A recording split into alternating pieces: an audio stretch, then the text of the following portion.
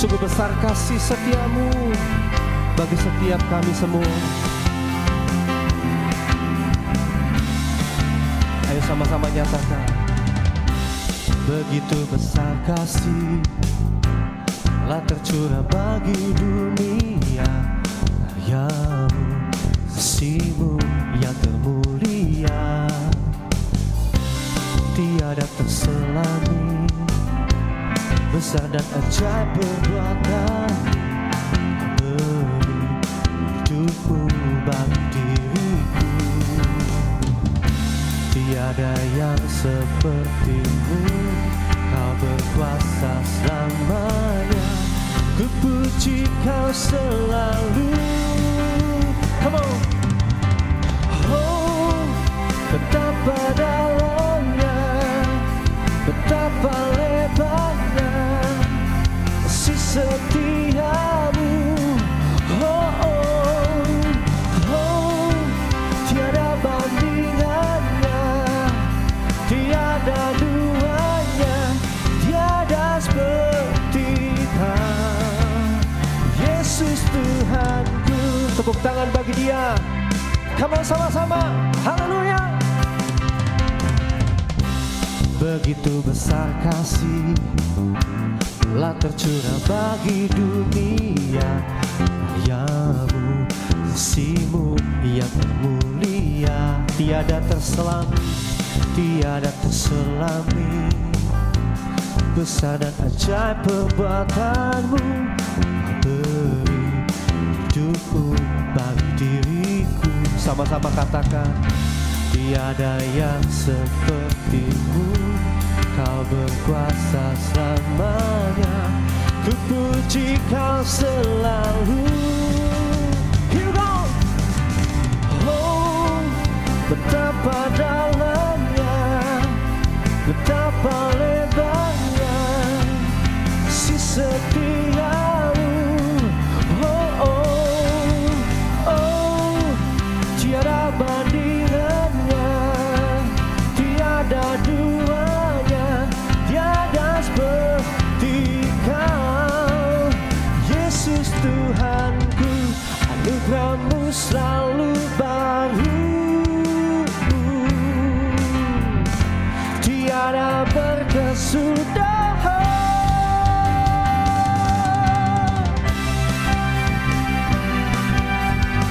Sungguh kasih setiamu tidak berkesudahan bagi kami semua, Tuhan. Thank you, Jesus.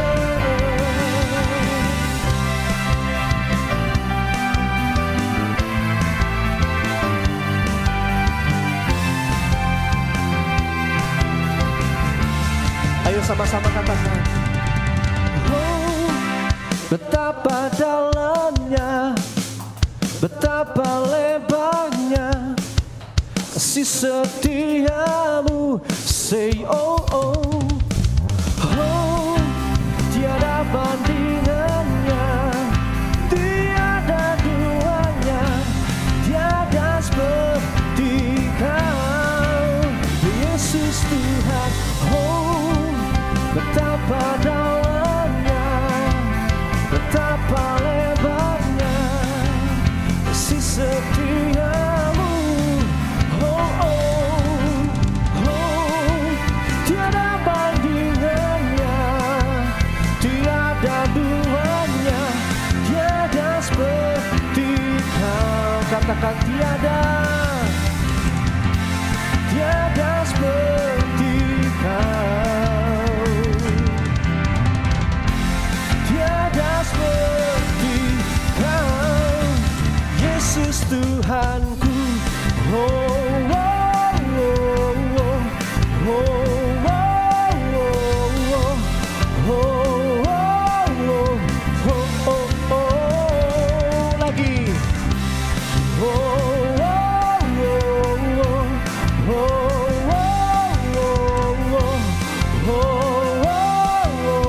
oh, oh, oh, Yesus Tuhanku.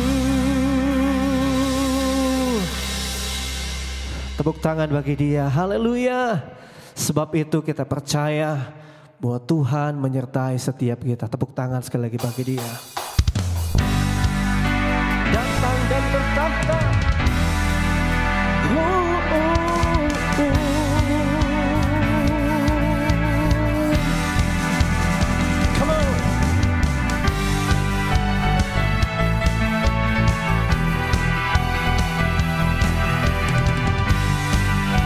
Yesus Tuhan. Pelukis cakrawala, merangkai jagat raya, pencipta alam semesta. Dia pemilik kehidupan, pemilik kehidupan, yang sanggup menyelamatkan. Dialah jalan kebenaran. Kami rindukan ya Tuhan, kami rindukan kuasa lawatan-Mu. Kebangkitan pasti terjadi. Oh oh oh, datanglah dan bertahta, kuat dan berkuasa. Saat hati bersatu, menaikkan pujian, belenggu dipatahkan, mujizat dinyatakan. Sing, great is our God. Tepuk tangannya bagi Allah kita, Yesus Tuhan. Ayo sama-sama nyatakan, Dia pemilik kehidupan, pemilik kehidupan, yang sanggup menyelamatkan. Dialah jalan kebenaran. Angkat tanganmu, kami rindukan kuasa lawatan-Mu. Kebangkitan pasti terjadi. Oh oh oh, datanglah dan bertahta, kuat dan berkuasa. Saat hati bersatu, menaikkan pujian, belenggu dipatahkan, mujizat dinyatakan. Great is our God. Datanglah dan bertahta, kuat dan berkuasa. Saat hati bersatu, menaikkan pujian, belenggu dipatahkan, mujizat dipatahkan. Great is our God. You are the greatest Lord.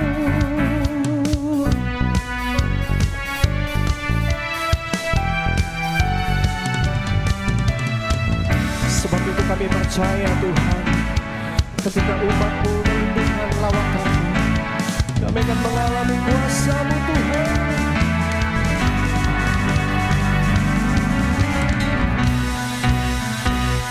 Mari angkat tangan kita sama-sama. Kami rindukan kuasa lawatan-Mu. Kebangkitan pasti terjadi. Oh oh oh, datanglah dan berkata, kuat dan berkuasa. Saat hati bersatu, menaikkan pujian, belenggu dipatahkan, mujizat dinyatakan. Great is our God. Datanglah dan bertahta, kuat dan berkuasa. Saat hati bersatu, menaikkan pujian, belenggu dipatahkan, mujizat dinyatakan. Great is our God.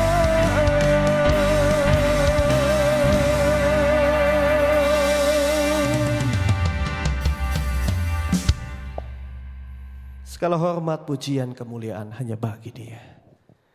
Thank you Jesus.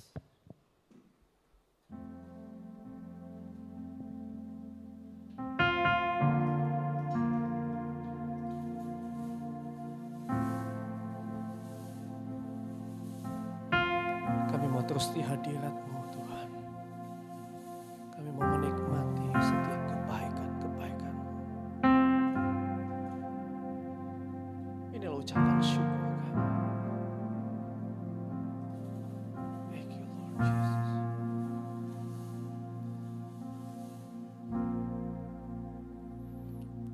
Nyanyi pujian bagimu Tuhan, pujian bagimu Tuhan,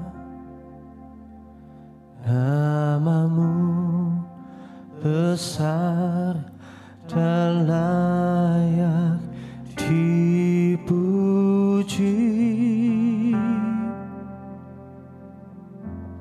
Nyanyi pujian bagimu Tuhan, pujian bagimu Tuhan, namamu besar dan layak dipuji. Angkat tangan di hadapannya. Nyanyi pujian bagimu Tuhan, pujian bagimu Tuhan, namamu besar dan layak dipuji.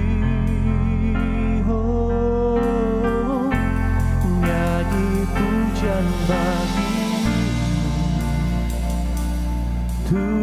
Tuhan, pujian bagimu Tuhan, namamu besar dan layak dipuji. Kami muliakan, muliakan namamu Tuhan, mulia namamu Tuhan, namamu besar dan layak dipuji. Muliakan namamu Tuhan, mulia namamu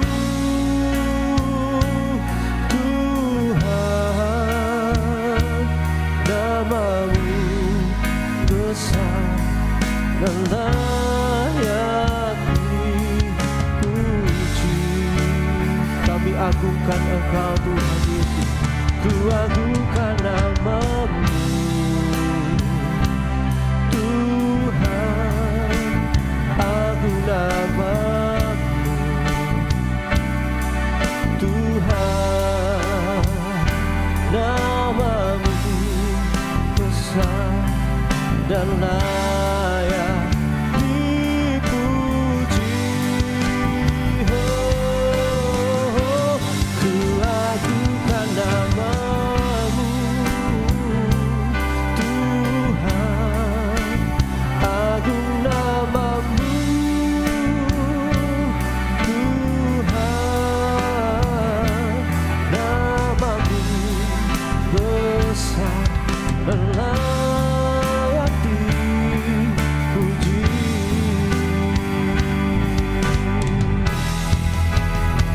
Kami nyanyi pujian hanya bagimu Tuhan, Tuhan, pujian bagimu Tuhan, namamu besar dan layak dipuji. Oh, nyanyi pujian bagimu Tuhan,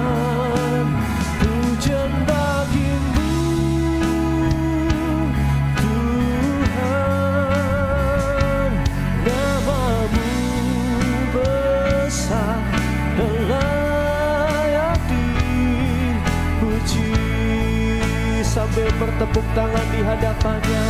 Nyanyi pujian bagimu Tuhan, pujian bagimu Tuhan.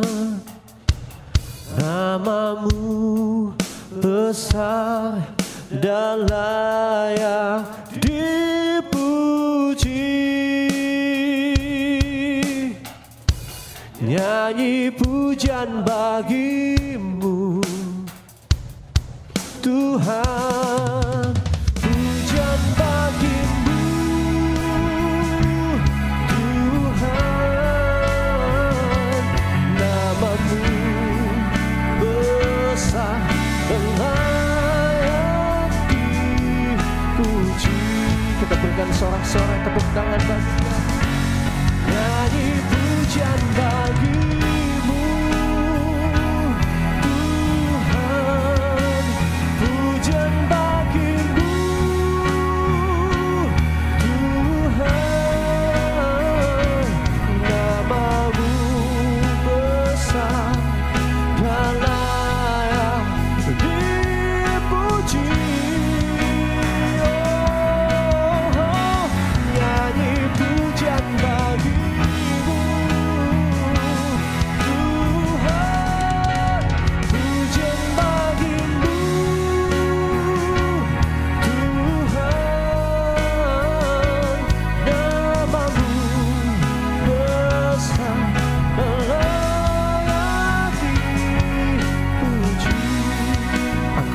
tangan kita di hadapan.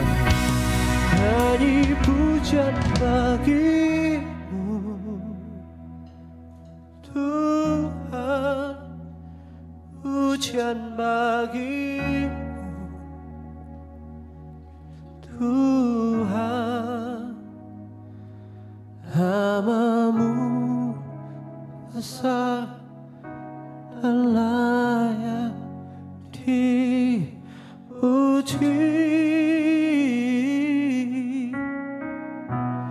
Nyanyi pujian bagimu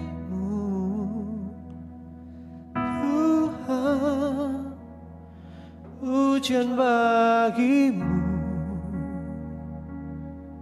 Tuhan.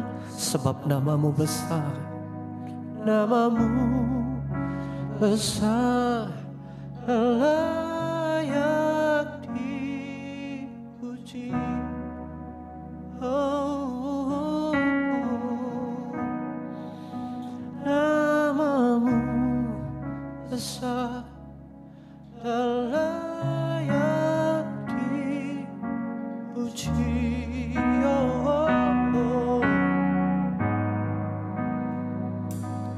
Namamu besar layak dipuji.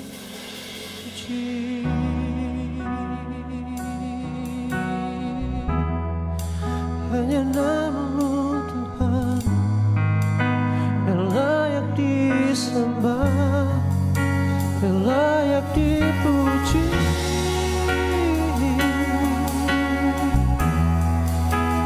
Untuk selamanya.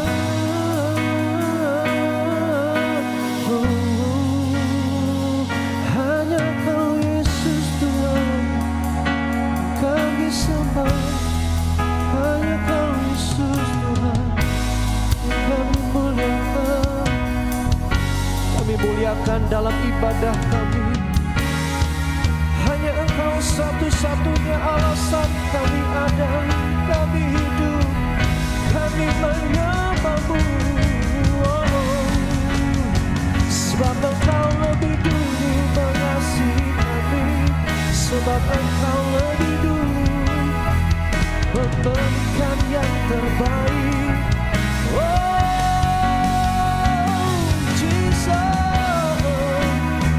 There is none like you, there is none like you.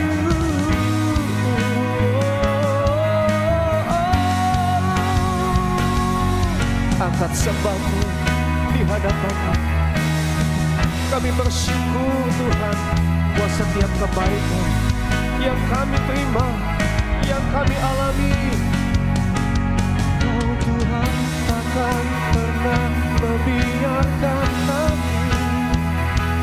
Kau Tuhan yang takkan meninggalkan kami. Oh, sebab itu kami percaya Tuhan yang bersama, Tuhan yang selalu beserta kami.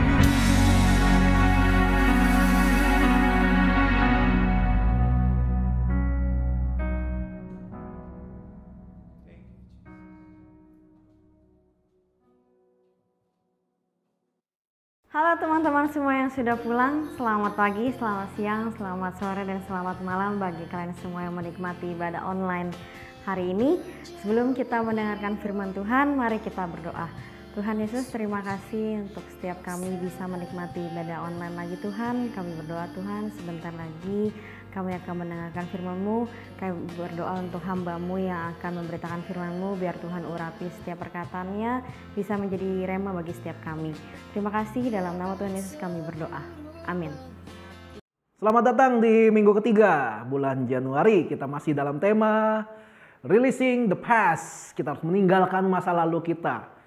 Bukan berarti masa lalu kita nggak berharga, enggak. Tapi dalam masa lalu kita bisa belajar sesuatu. Tapi bukan berarti kita terikat sama masa lalu kita. Bukan berarti masa lalu kita adalah melulu yang menentukan masa depan kita. Iya, kita yang sekarang adalah hasil pembentukan di masa lalu, betul. Tapi ketika kita mengalami masa lalu yang kurang baik atau kurang enak yang membuat kita yang sekarang ini kayak sebagai orang yang kayak nggak ada guna gitu ya. Orang suka bilang, dia mah nggak bisa apa-apa. Enggak, kita harus membuang masa lalu kita yang seperti itu dan kita mulai lembaran baru. Kita berjalan hari ini untuk menyambut masa depan yang penuh dengan pengharapan seperti yang dijanjikan Tuhan. Hari ini gue kasih tema untuk khotbah saya hari ini adalah hati seorang anak. Ada banyak orang mengkhotbahkan tentang hati Bapak, iya itu bagus banget. Tapi jangan lupa, ada yang namanya hati seorang anak. Karena ada Bapa, ada anak. Jangan sampai dilupain. Kita lihat dalam firman Tuhan dalam Lukas pasal 18 ayat 19. Tetapi Yesus memanggil mereka dan berkata, biarkanlah anak-anak itu datang kepadaku dan jangan kamu menghalang-halangi mereka. Sebab orang-orang yang seperti itulah yang empunya kerajaan Allah.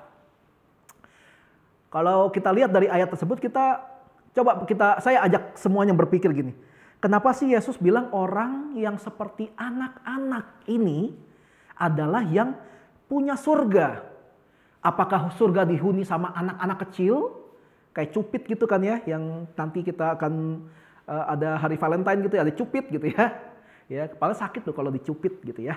Ya ada malaikat gitu ya, itu malaikat karangan orang, entah bener apa enggak ya, ada malaikat yang kecil, telanjang tapi bawa panah, kerjanya nembak-nembakin orang gitu ya. Dari situ mungkin ya istilah orang kalau pengen pacaran, lu udah tembak dia belum? Tembak, pakai tembak gitu ya. Apakah orang-orang yang kayak anak kecil gitu, yang fisiknya kecil, kayak anak kecil itu yang punya kerajaan surga, apakah seperti itu? Coba kita lihat perbedaan seorang anak dan seseorang yang kekanak-kanakan. Ada bedanya kan? Ya kan? Seorang anak itu kita bisa bilang gini, kita punya member di gereja namanya Cindy dan Yosia. Dia punya anak namanya Iora. Iora kita bilang apa? Anak kecil. Kenapa? Ya karena usianya belum 2 tahun. Anak gitu, anak kecil lah ya. Oh ada seorang anak namanya Iora, anak kecil gitu ya. Tapi berbeda dengan orang yang dibilang orang ini kekanakan. Kekanakan itu apa? Bayangin orang segede saya udah dewasa gitu ya, udah tumbuh brewok, kumis gitu ya, udah nikah gitu ya. Terus tiba-tiba suatu hari saya bilang gini, "Yang lapar nih, masakin Indomie dong." Terus istri saya bilang gini, "Aduh aku lagi sibuk, kamu masak sendiri biasa gak?" Nggak mau. Ya itu kekanakan namanya.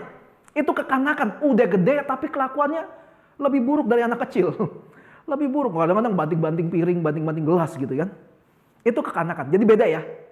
Seorang anak itu ngomongin tentang, ya memang orang ini sedang anak. Fisiknya memang anak kecil. Tapi kalau kita ngomong seseorang yang kekanak-kanakan, itu masalah mental, masalah karakter. Itu bedanya. Jadi yang Tuhan bilang adalah tentang karakter. Ketika kita bilang yang punya kerajaan Allah, Yesus bilang gitu kan, yang empunya kerajaan Allah. Itu berbicara tentang identitas kepemilikan. Kalau kita tanya siapa yang punya rumah ini, rumah yang di sini? Jelas, Firdi dan Livi. Itu identitas. Orangnya mana? Ya orangnya Firdi kayak gini gitu ya. Kalau khotbah suka aja meleset-melesetin kata. Nah orang langsung tahu, oh itu Firdi gitu ya, itu Firdi gitu ya. Nanti ada orang bilang, yang punya rumah ini siapa sih namanya gitu. Livi, yang mana? Itu yang suka tiap pagi nenteng-nenteng koper make up gitu kayak mau ke bandara gitu.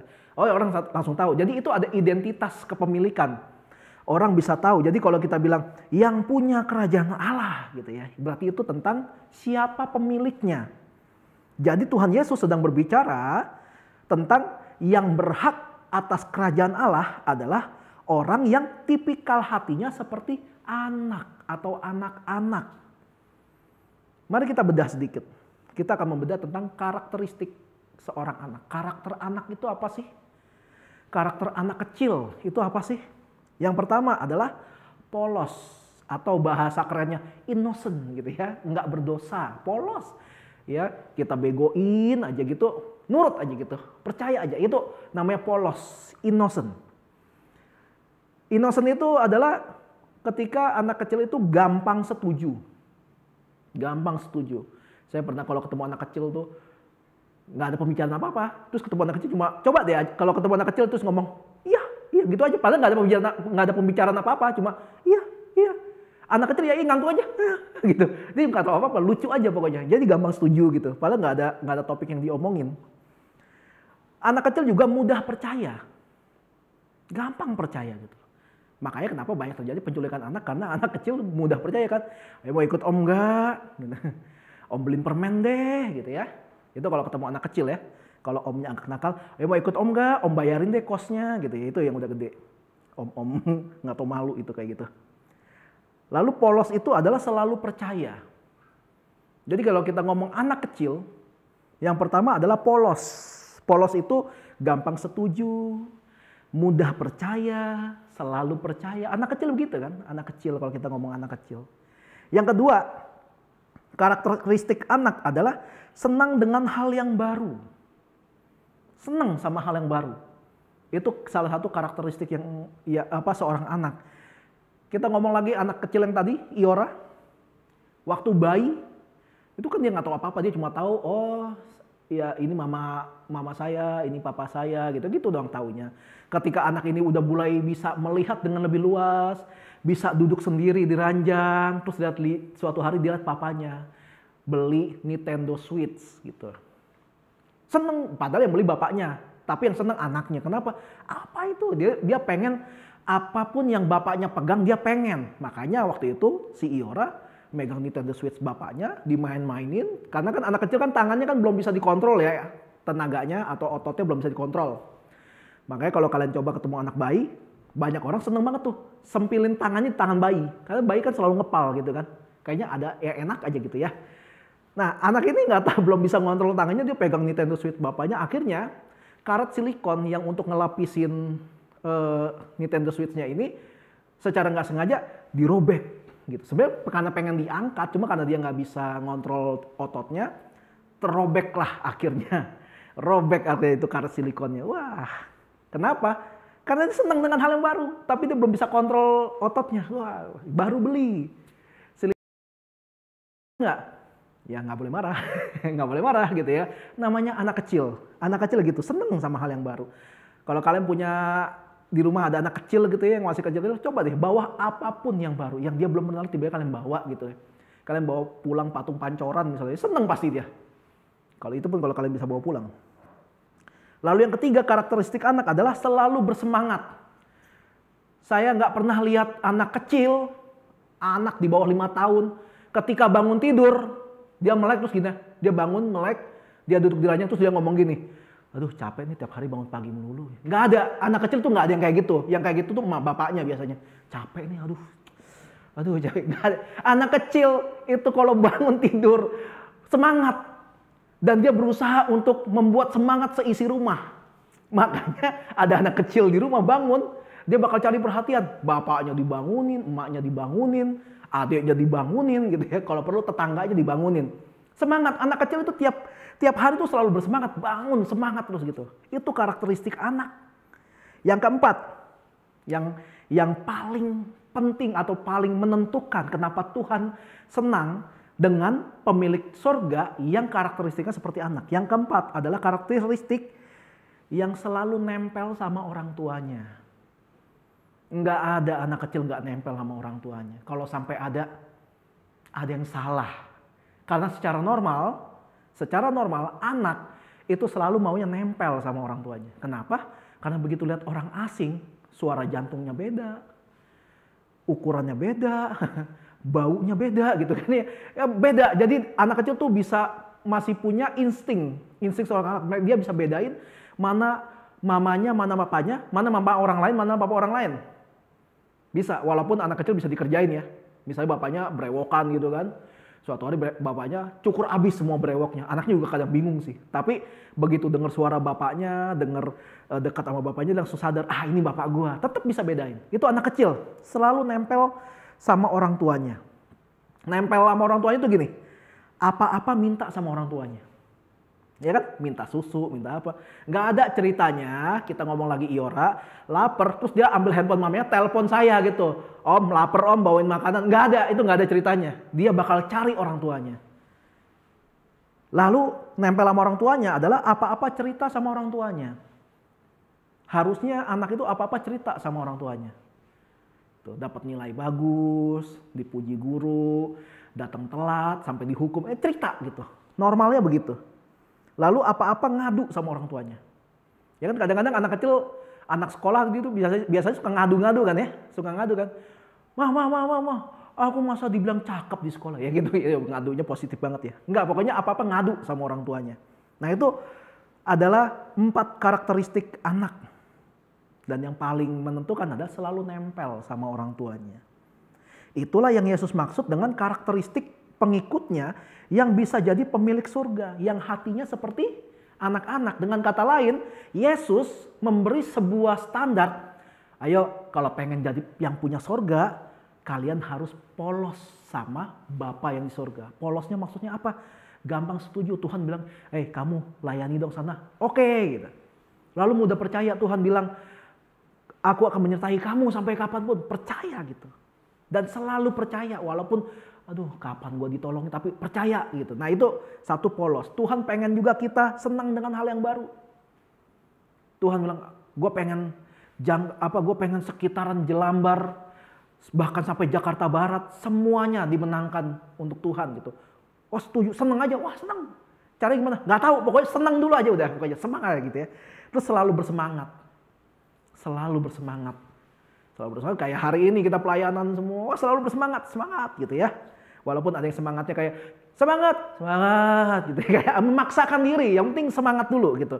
Karena gini, kita punya kuasa loh atas diri kita. Daud berkali-kali ngomong gini, hai jiwaku bersukacitalah, hai jiwaku tenanglah.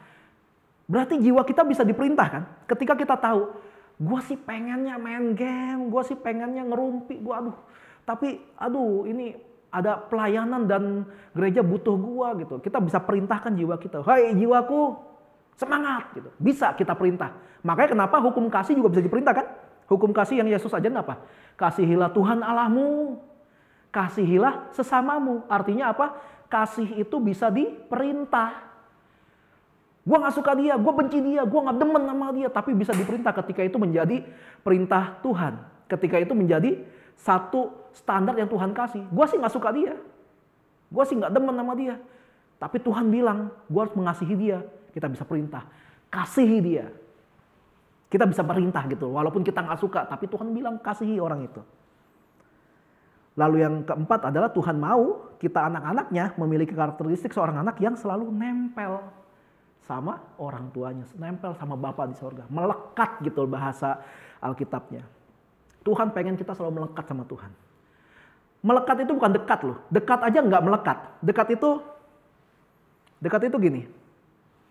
Dekat itu gini, nih dekat nih. Handphone saya dekat sama saya, dekat. Ya udah dekat. Tapi kalau ngomong baju ini nempel sama badan saya. Ya bisa saya lepasin sih. Tapi lebih dekat mana? Handphone apa baju saya? Baju saya pasti. Itu namanya melekat. Melekat yang dimaksud adalah apa-apa ngomong sama Bapa. Andai kata semua pada capek melayani Tuhan, semua pada capek baca Alkitab, semua capek berdoa. Andai kata gitu ya, kita ngomong sama Tuhan, Tuhan capek Tuhan baca Alkitab terus, belum ada PR, belum kejar omset, belum ada murid make up gitu ya, misalnya gitu ya, capek Tuhan. Ngomong aja, nggak pernah ada larangan dalam Alkitab cara berdoa seperti itu, nggak ada. Justru makanya Tuhan menempatkan dirinya sebagai Bapa supaya apa? Supaya kita bisa bebas ngomong sama Bapa kita kayak gimana pun. Tapi jangan sampai nggak hormat ya. Bapak lu nggak tahu apa-apa lu gitu. Nggak kayak gitu, nggak ada hormat sama sekali gitu. Nggak ada hormatnya. Maksudnya kita ngomong sama Bapak. Apa-apa cerita sama Bapak. Apa-apa ngadu sama Bapak. Itu yang gue lakukan sampai hari ini. Ngadu aja udah. Capek lah. Ya udahlah, kadang-kadang ambil waktu sendirian. Ketika istri masih tidur, saya bangun kepagian gitu ya. Doa sama Tuhan. Tuhan hari ini mau recording lagi Tuhan. Gimana ya? Pemusik nggak dapet Tuhan, tapi ya udahlah. Yang penting saya udah melakukan yang terbaik buat Tuhan, ya sudah berjalan. Ya udah gitu aja ngomong. Susahnya apa? Kenapa harus takut? Nggak bisa, lu harus cari pemusik yang lengkap. Kalau nggak, gua sambar petir. Nggak ada, Tuhan kita nggak seperti itu. Tuhan kita itu dibilang Allah yang selalu mendengarkan gitu loh. Tuhan kita itu baik gitu. Ya, Tuhan bisa pakai berbagai macam cara. Yang penting gini, kita mau nggak dekat sama Tuhan? Kita mau nggak nempel sama Tuhan? Nempel. Kalau nempel, berarti kan begini kalau nempel. Ada yang noel kita, ada yang jahat sama kita, ada yang rese sama kita. Tuhan tahu. Kenapa? Orang kita nempel sama Tuhan, jadi waktu kita diperlakukan gak adil atau gak benar, Tuhan tahu orang Tuhan di dekat kita nempel kok kita. Ibaratnya kita ini baju di Tuhan gitu, ibaratnya begitu. Jadi kita gak perlu kasih tahu Tuhan dong. Nah, lain lagi kan. Kalau Tuhan tahu segalanya, kalau Tuhan itu maha tahu, ya ngapain kita pakai berdoa kan kata Tuhan? Kan Tuhan tahu. Loh, Tuhan tuh selalu menginginkan sebuah hubungan yang sehat antara anak sama Bapa. Hubungan yang sehat. Orang tua manapun ya boleh cek deh ya. Kalau kita ngomong orang tua yang ini ya, yang ideal ya. Boleh cek deh. Kira-kira semua orang tua tahu nggak anaknya butuh makan? Kita ngomong si Novi deh. Mamanya Novi pasti tahu dong. Novi sebagai manusia butuh makan. Betul ya? Tapi kalau tiap hari mamanya mikirin makan tuh suatu hari mamanya lupa bikin makanan. Terus Novi lapar. Terus Novi ngomong-ngomong. Ngambek aja pokoknya sama mamanya. Gara-garanya mama gak bikin makanan. Kenapa nggak ngomong? Harusnya tahu dong. Kan lu orang tua gue. Digampar udah sama orang tuanya. Enggak kan? Ada satu hubungan yang Tuhan mau. Yaitu ketika kita selalu ngomong. Kalau lapar, mah belum masak lah. Waduh udah lapar lagi gitu. Mungkin nanti terjadi percakapan ini itu dan sebagainya gitu ya. Jadi hubungan yang Tuhan mau adalah hubungan orang tua dengan anak yang ideal, yang sesungguhnya. Ada komunikasi. Tanpa komunikasi, hubungan itu nggak akan menjadi sehat. Itu sama dengan saya nikah sama istri saya Livi, tapi setiap hari kalau kita ngobrolnya pakai WA. Nggak pernah keluar suara gitu. Yang mau jalan nggak? Terus istri saya balas, hayu, kemana? Terserah. Empo mau nggak? Bosan Empo terus. Ya udah CP macet. Taman Nagrek jauh. Terus maunya kemana? Terserah. Gua tabok nih. Pakai WA semua tapi gitu. Pakai WA semua. Gitu kan. Hubungan hancur kalau kayak gitu loh. Enggak, harus ada komunikasi. Setuju ya? Harus ada komunikasi. Nggak usah sama istri. Sama temen juga kalau nggak pernah ngobrol, temen apaan itu? Kalau nggak pernah ngobrol. Makanya harus ada komunikasi. Semuanya aja butuh komunikasi, apalagi hubungan kita sama Tuhan. Harus ada komunikasi. Makanya lewat doa dan lewat pembacaan Alkitab. Dan dilengkapi dengan melayani Tuhan. Karena dengan kita melayani Tuhan, kita jadi makin tahu yang terbaik yang bisa kita kasih itu apa sih dengan kita melayani Tuhan. Kalau cuma baca Alkitab doa doang, ya kita cuma membangun satu arah. Mengasihi kepada Tuhan. Tapi kita nggak pernah belajar mengasihi sesama. Video ini dibuat juga untuk orang-orang lain kan, nggak cuma untuk member kita kan, makanya kita posting ke internet, ke YouTube dan sebagainya. Itu tanda kita mengasihi sesama kan. Siapa tahu ada orang yang diberkati atau dipulihkan lewat ibadah hari ini. Siapa yang tahu loh. Dan sudah beberapa orang yang suka nge-DM saya, japri saya bilang, makasih ya buat sharing firman. Itu nggak pernah kita tahu gitu. Siapa tahu tiba-tiba ada yang berterima kasih. Makasih ya buat videografer untuk ibadah tanggal 16 Januari. Saya seneng lu lihat. Siapa tahu? Siapa tahu kan ya? Ya, videografernya ada 2 kan? Nggak usah bangga sendiri kamu, Novi. Ada Christian hari ini soalnya. Jadi nggak sendirian. Gitu. Lalu kita lihat firman Tuhan lain dalam Yesaya 40 ayat 31. Itu dibilang, tetapi orang-orang yang menanti-nantikan Tuhan. Sekali lagi ya. Tetapi orang-orang yang menanti-nantikan Tuhan mendapat kekuatan baru. Mereka seumpama Raja Wali yang naik terbang dengan kekuatan sayapnya. Mereka berlari dan tidak menjadi lesu. Mereka berjalan dan tidak menjadi lelah. Saya butuh waktu tahunan sampai mengerti gimana caranya ya. Cuma nungguin Tuhan, sampai salah ngomong. Cuma nungguin Tuhan kok bisa dapat kekuatan baru tuh gimana? Logikanya di mana? Saya kalau belajar Alkitab, Tuhan kita tuh bukan Tuhan yang kayak, ya maksudnya tuh begini. Nggak ada. Dia tuh selalu ngomong dengan tujuan yang jelas. Jadi ketika dibilang menanti-nantikan Tuhan, nungguin Tuhan, itu mendapat kekuatan baru. Itu punya arti. Saya butuh waktu bertahun-tahun untuk mengerti ini. Dan semuanya akan sinkron dengan kitab perjanjian baru. Kita kembali ke hati seorang anak. Apa yang membuat anak-anak paling bersemangat? Kira-kira apa? Semua pernah jadi anak kecil kan ya? Semua pernah jadi anak kecil kan? Apa yang paling membuat anak-anak bersemangat dalam hidupnya? Ya saya nggak bakal tungguin kalian jawab sih. Percuma. Yang paling membuat anak-anak bersemangat apa? Janji orang tuanya. Betul nggak? Kamu tidur ya, cepetan. Besok kita ke Dufan. Semangat nggak? Kalau anak kecil ya. Anak kecil. Kalau saya sekarang ngomong sama Christian mah biasa aja. Mah nggak ada gue bilang, Chris, lu hari ini tidur cepetan Chris. Besok kita ke Dufan. Terus paling gitu kan udah gede. Tapi kalau anak kita ngomong anak kita nggak pernah kita nggak pernah ngajak dia jalan-jalan di rumah pelulu, apalagi pandemi gitu ya. Saya pernah ngajak 1-2 anak gitu. Saya ajak ke Alfamart, itu girang banget. Saya malah bingung ini anak kenapa girang amat ke Alfamart doang. Ternyata anak ini nggak pernah diajak keluar sama orang tuanya. Apalagi kalau saya bilang besok kita ke Dufan ya gitu. Itu pasti semangat ya. Saking semangatnya dia bakal ngulang-ngulang pertanyaan yang sama. Besok ke Dufan ya? Iya, ini tidur ya? Iya. Besok ke Dufan ya? Iya, tidur ya. Besok ke Dufan, tidur lu bukan sebel, nanya melulu gitu. Semangat gitu loh. Mau dibohongin kayak gimana anak kecil ya? Sering dibohongin kayak gimana? Selama mereka anak-anak, mereka selalu percaya aja tuh sama omongan orang tuanya. Betul nggak? Yang pernah dibohongin orang tuanya katakan, udah nggak usah dilanjutin. Jangan. Tapi tiap kali dibohongin, kalau orang tuanya janji lagi, percaya aja kan? Udah nggak jadilah. Minggu depan ya. Minggu depan nggak jadi lagi. Ngomong lagi, bulan depan percaya aja. Itu anak kecil. Selalu percaya. Mudah percaya. Itu anak kecil. Mereka selalu bersemangat sama janji orang tuanya. Jadi apa yang mereka lakukan dalam semangatnya? Mereka menanti-nantikan janji orang tuanya. Makanya mereka mendapat kekuatan baru kan. Aduh gimana? Apalagi kalau misalnya udah sekolah nih. Tiba-tiba orang tua dari kita punya member gereja gitu ya. Ada anak-anak masih sekolah, udah SMA. Tiba-tiba dapat janji. Gitu. Minggu depan pas lagi libur semester kita jalan-jalan ya. Ke Korea Selatan. Kalian free semua. Pokoknya siapin aja paspornya, siapin baju, udah pokoknya pergi. Pasti kan masih seminggu nih. Jangan seminggu ya, kecepatan ya. Tahun depan misalnya, kalian lulus, langsung kita pergi.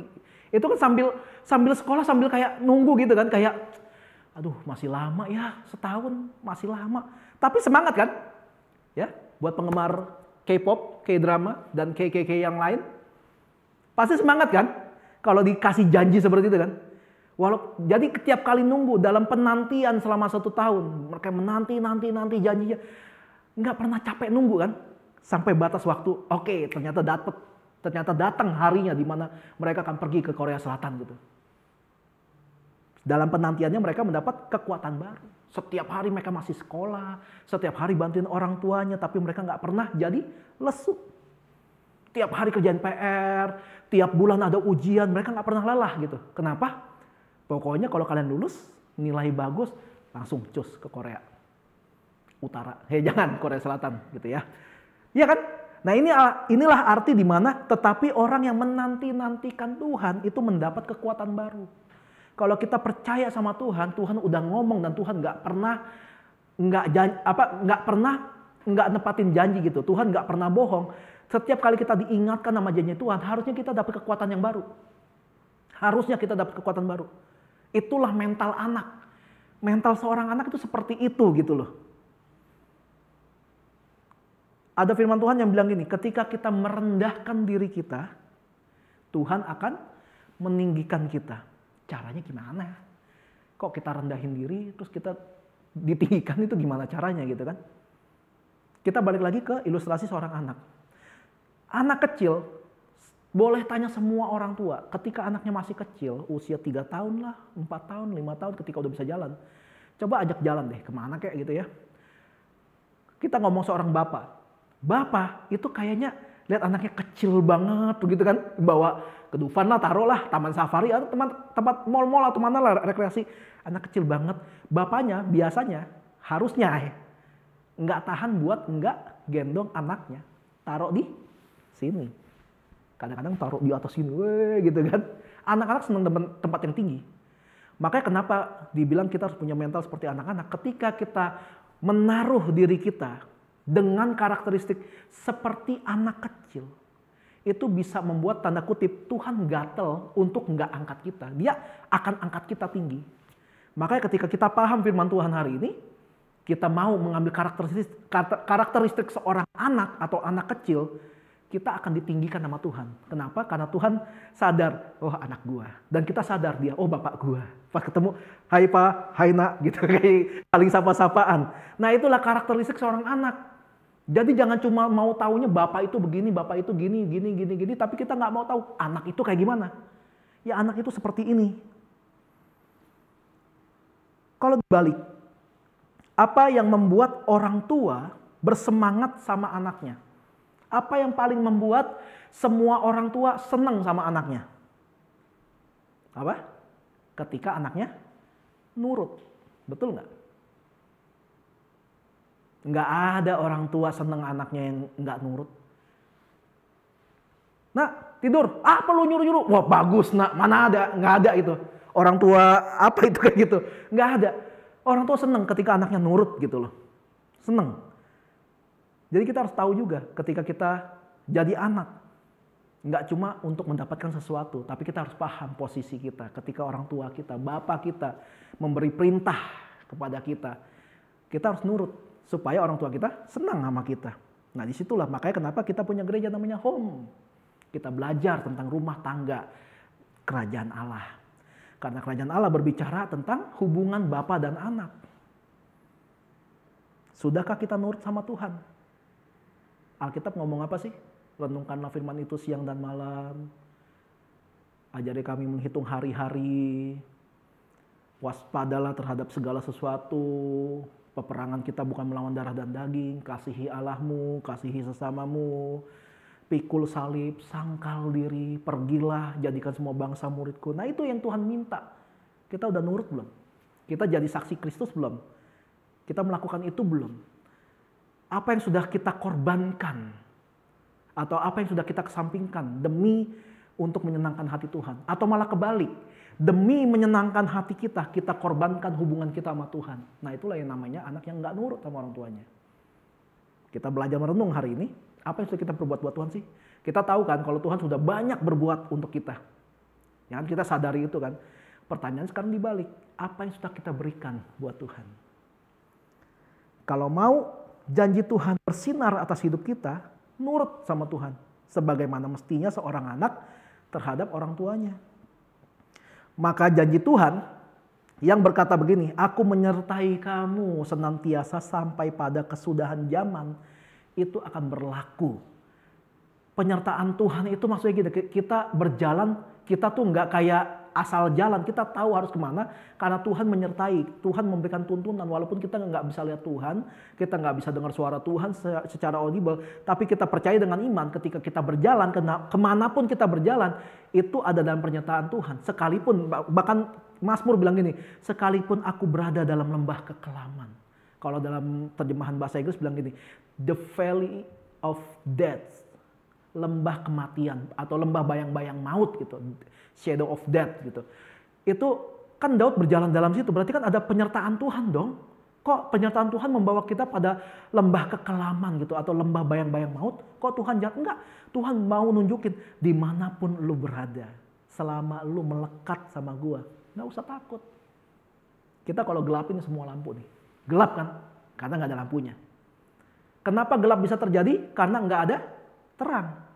Caranya bagaimana menghilangkan gelap? Gampang, nyalakan terang. Itulah arti dari ketika kita menjadi terang dalam Tuhan. Harusnya ketika kita masuk dalam satu tempat yang penuh dengan kegelapan, kita membawa harapan buat banyak orang. Kenapa? Karena kita terang. Mereka tiba-tiba melihat kita seperti orang-orang dalam kegelapan, melihat terang. Tiba-tiba langsung gelap, hilang aja. Musnah aja, gitu kan? Ya kan, tadi ini perasaan gelap deh. Pas nyalain lampu, loh mana kulit gelap? Perasaan tadi nggak kelihatan apa-apa, hanya karena ada satu terang. Bayangkan kalau ada banyak terang, nggak bakal ada kegelapan dunia ini. Itulah fungsi anak Tuhan, kalau kita mau nurut sama Tuhan. Makanya kalau mau janji Tuhan bersinar gitu ya atas hidup kita, nurut sama Tuhan. Semua penyertaan Tuhan yang ditulis dalam firman Tuhan pasti berlaku atas hidup kita. Selama kita nurut sama Tuhan. Apapun yang kita lakukan dan kerjakan pasti ada dalam pernyataan Tuhan. Itu janji Tuhan. Karena itu milikilah hati seorang anak. Amin. Mari kita mempersiapkan diri untuk perjamuan kudus. Mari kita angkat roti di tangan kanan kita. Demikian firman Tuhan, sebab apa yang telah kuteruskan kepadamu telah aku terima dari Tuhan, yaitu bahwa Tuhan Yesus pada malam waktu ia diserahkan, ia mengambil roti dan setelah itu ia mengucap syukur atasnya. Lalu ia memecah-mecahkannya dan berkata, inilah tubuhku yang diserahkan bagi kamu, perbuatlah ini menjadi peringatan akan aku. Dan percaya kalau roti di tangan kita ini adalah lambang persekutuan kita dengan tubuh Kristus, kita makan dalam nama Tuhan Yesus. Demikian juga ia mengambil cawan sesudah makan lalu berkata, cawan ini adalah perjanjian baru yang dimateraikan oleh darahku, perbuatlah ini setiap kali kamu meminumnya menjadi peringatan akan aku. Yang percaya kalau anggur di tangan kita ini adalah lambang persekutuan kita dengan darah Kristus, kita minum dalam nama Tuhan Yesus.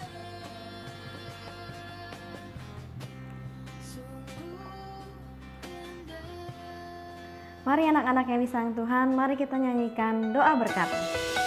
Tuhan memberkatimu,